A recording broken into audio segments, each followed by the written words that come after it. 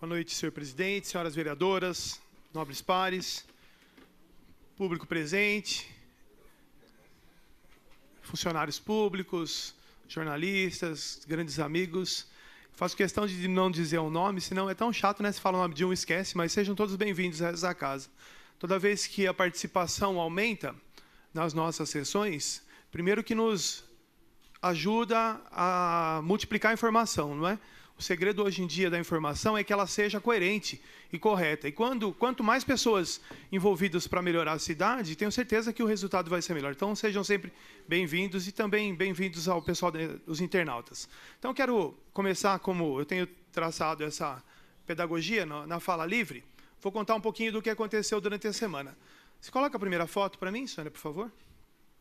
Então, só relembrando, a gente fez os trâmites normais que nos cabem aqui, para vocês entenderem um pouquinho, quem não conhece. Então, nós temos alguns documentos, alguns caminhos para que o poder público, né, o poder executivo, possa, de fato, melhorar a vida do cidadão que nos traz uma reclamação. Então, lá no final de março, nos chegou um relato, né, no meu gabinete, que infelizmente ali na região do Portal, um menino de moto, ele estava passando, fazendo a curva ali no posto, que é próximo ao Portal, e ele enroscou num fio que estava pendurado de um poste, num fio de telefonia. E aí, como era curva, ele não estava tão rápido, mas vou usar aqui o exemplo que nos foi passado na sexta-feira pelo especialista em transporte, em trânsito. Uma moto, a gente pode fazer o exercício visual de quanto que causa o acidente se a gente pensar na nossa casa. Então, se a gente pensar naquele ralador de cenoura, não é? Se você movimentar o braço rapidamente, o mais rápido que a gente consegue, o braço rapidamente movimentado dá 3 km por hora. Então, imagina uma motocicleta a 50 km por hora, esse cidadão que cai ralando ali, o quão grave é o acidente. Então, a partir daí, a gente fez as indicações, depois a gente fez a moção também, e a gente conversando um pouquinho com as secretarias, nós identificamos que é um problema mais grave. Por quê? Quando eu coloquei para entrar nessa casa e vai passar para as comissões, o Rubens até fez um comentário, não é? Então, de fato, a gente coloca para que o responsável da energia elétrica também é responsável dos postes. Nós estamos vivendo uma situação nova, porque com essa passagem da responsabilidade para o município, da troca de lâmpada, da manutenção de algumas questões elétricas, a própria jurisprudência, vamos dizer assim, está definindo quem é o responsável. Então, a gente começou pelo principal responsável, que é o mantenedor dos fios, né? Então, essa é a ideia. De que, de fato, talvez vocês não se atentaram, mas aquilo que sofre acidente ou que se vê incomodado, passa a olhar com outros olhos. Então, façam esse exercício amanhã. Durante o dia, se for trabalhar, for na escola, for levar a criança no médico, a cidade toda, infelizmente, a gente tem uma grande quantidade de fios pendurados, não é? Então, eu convido os vereadores para que nos ajudem com emendas, para que a gente, de fato, responsabilize aquele que vem para a cidade, distribui o seu serviço, recebe por ele e joga a responsabilidade para a prefeitura. Não é justo também. Pode passar o outro, Sônia, por favor? Esse é a Rua Campinas, ali para quem vai pela Castelo Branco, virando à direita, sentido o Pontilhão ali, para ir para a Vila, né? Ali o Lorenzon. Então, esse é um problema que já faz um tempo que essa calçada ela está com esses baldrames, enfim, né? Tá com esse suporte para sustentar o muro. Então, qual que é a grande dificuldade? A responsabilidade, de fato, é do condomínio. E aí, conversando com esse pessoal que veio para cá, principalmente o José Ramalho, que ele é o diretor de uma ONG, que é o Observatório Nacional de Segurança Viária, ele nos deu algumas dicas para a gente tratar a mobilidade urbana como mais além daquilo que a gente conhece como mobilidade urbana, que automaticamente a gente pensa na mobilidade, a gente já imagina o meio do transporte ser mais eficaz, da gente fazer com que as pessoas utilizem o transporte coletivo, desde que seja um valor justo e que, de fato, atenda a população. Mas a mobilidade urbana também tem um capítulo ali falando especificamente de calçadas. Então, a grande preocupação é que a população que utiliza a calçada, ele precisa se deslocar para o pavimento, né? Para a estrada ali, para a rua. E aí, quanto mais a gente puder prevenir o acidente, de fato, ele vai ficar mais barato em todos os sentidos. Sem falar no caso que infelizmente poderia ser o mais grave, que é uma morte, não é? Então, essa semana eu fiz uma indicação pedindo ajuda para que a fiscalização, de fato, responsabilize ali o condomínio para resolver esse problema. Pode colocar? Agora tem um vídeo, eu vou falar um pouquinho antes, então. Deu tempo do pause? Então, reforçando aqui, o vereador Márcio Melli lembrou, há alguns anos, cerca de 4 ou 5 anos, nós temos visto pelo Brasil a identificação de cores em alguns meses para que a pedagogia, através da repetição da informação, mude um pouco a cabeça das pessoas. Então, o mês de junho é chamado mês vermelho para que, de fato, a gente pense o quanto a doação de sangue é importante. Aqui em Vinhedo, nós já temos uma lei que ela fala desse assunto. Deixa eu só resgatar a informação aqui. Essa lei, especificamente, ela trata do dia da doação de sangue e também da semana da doação de sangue. Então, para não ficar redundante, eu não coloquei outra lei, mas sim a gente pedir para o poder público para valorizar a Lei 3.260, de 2 de setembro de 2009. Na época, o presidente era o ex-vereador Geraldo Frois, o Cidinho, pela indicação do vereador Júnior Vendimiati. Então, eu queria passar um vídeo, ele é bem rápido, para que, de fato, a gente conscientize os nossos familiares da importância da doação de sangue. Então, vamos assistir o vídeo, aí eu complemento.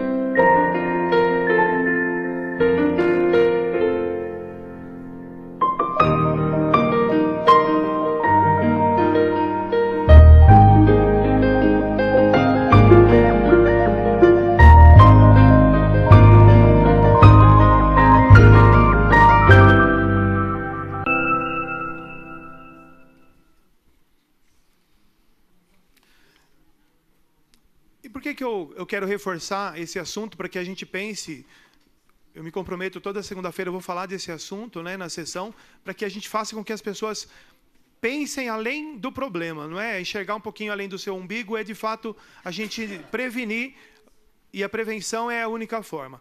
E olha que interessante, aqui na cidade de Vinhedo, e eu faço questão de destacar aqui, com o apoio da Sanebave, do CML, do Ferraz, do Premier, do Lages Júpiter, a Flora Tour, Supermercados Infanger, Frutaria Máximo, a Igreja Iba Viva, em parceria com todas essas entidades, eles já vêm desde fevereiro promovendo campanhas de doação de sangue.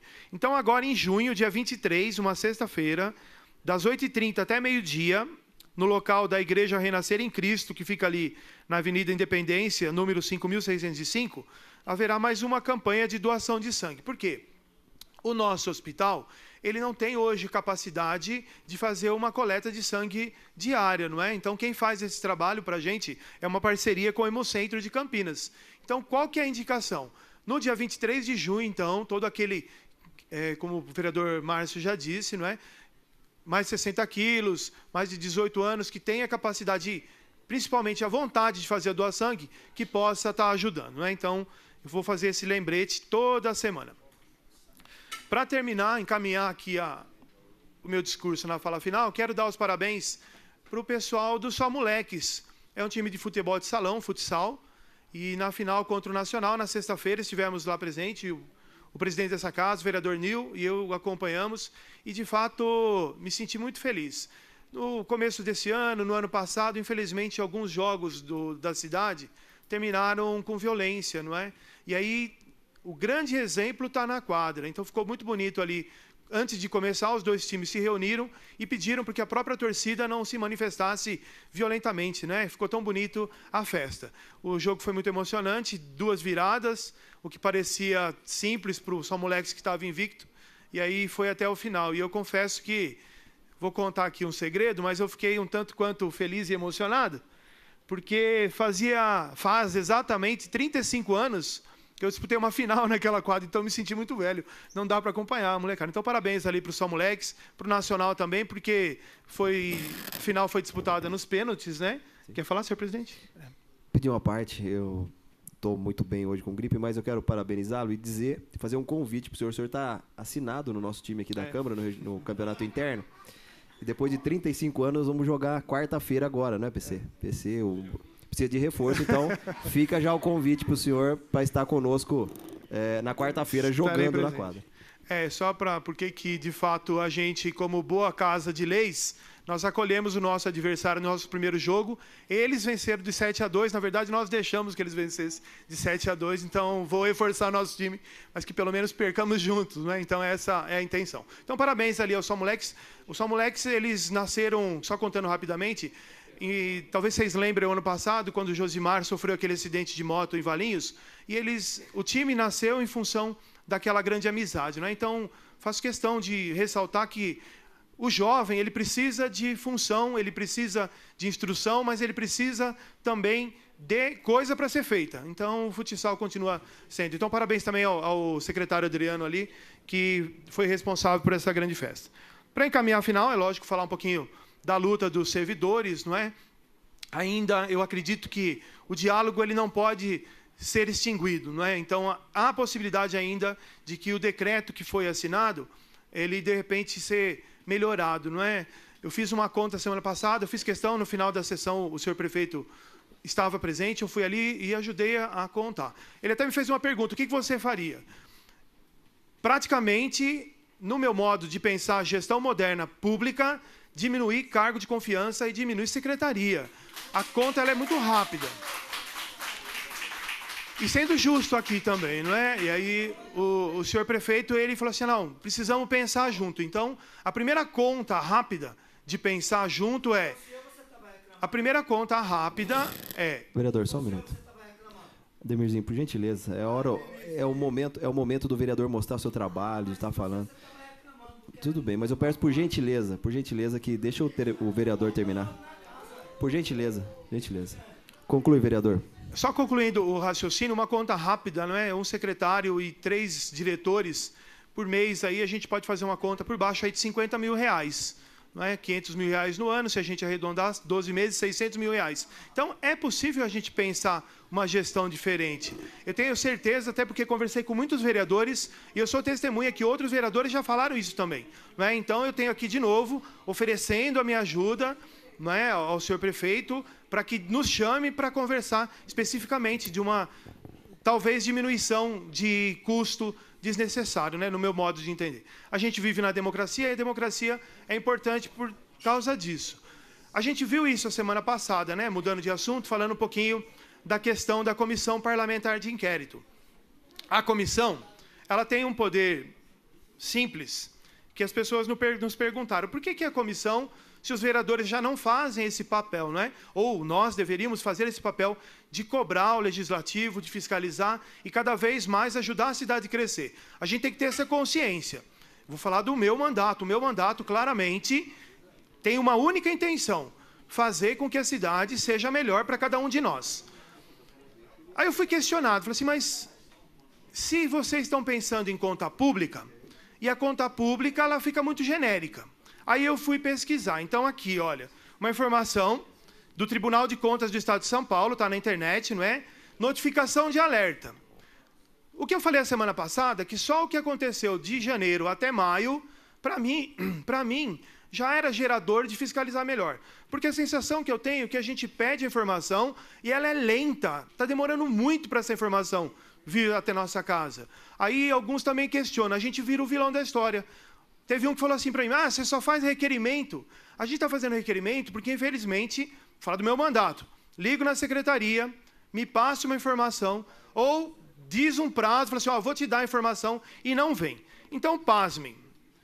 Com tudo aquilo que a gente já tinha visto até 31 de maio, aqui uma notificação do TCU do dia de janeiro, de 1º de janeiro até 31, assunto fiscalização, cumprimento das instruções. Com base nas análises efetuadas sobre os dados relativos ao período em tela, o Tribunal de Contas, por força do dispositivo número 2, vem por meio dessa alertar a Prefeitura. Eu vou pular porque eu só tenho 30 segundos, depois eu disponibilizo na internet. Análise da receita e execução orçamentária.